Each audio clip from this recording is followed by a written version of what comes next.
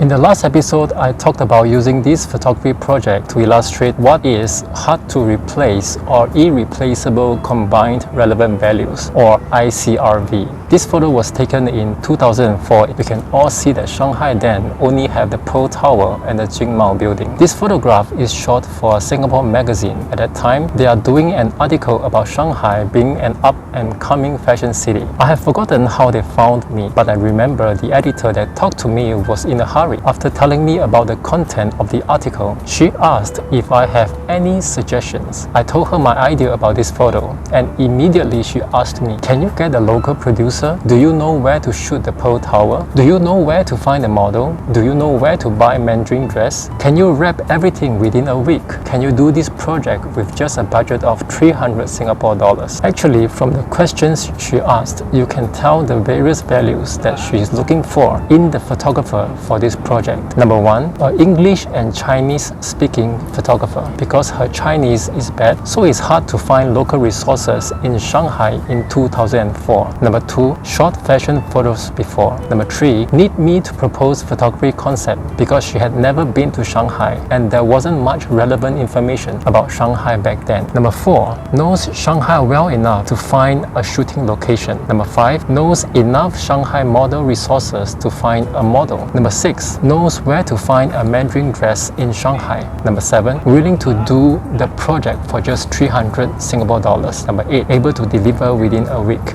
If we split up the listed values one by one, it is still possible to find each and every one of them in Shanghai in 2004. But putting them all together makes it very hard to find in Shanghai in 2004. When we put the 8 points together, that is what I called the hard to replace or irreplaceable combined relevant values, or ICRV. I believe at that time she must have approached other photographers in Shanghai, but maybe they cannot fulfill all her 8 requirements. That's why she chose to work with me. Or maybe she has more than 8 requirements, maybe 10 or 12, but I fulfilled the most, so I was chosen. So the conclusion is, if you want to increase your ICRV, you need to have at least one hard skill. Of course, the more hard skills you have, the merrier. But what is equally important is to have many soft skills. Using this project as an example, my hard skill is I can take professional photographs. As for the soft skills, they are able to find locations, able to propose concepts, able to find models, able to secure locations, and happens to have enough free time to work on a project that pays only 300 Singapore dollars. Strictly speaking, all these soft skills are not must-have skills to determine if a photographer is competent. Why do we need so many soft skills? Remember the term relevant, because not every bargaining opponent needs you to have the same sets of soft skills in every bargain. A magazine publisher with their own model resources will not be impressed if I can find models. A fashion designer looking for a photographer will not need him to have stylist resources. And a Japanese manufacturer would probably need me to speak decent Japanese before considering to work with me. So for soft skills,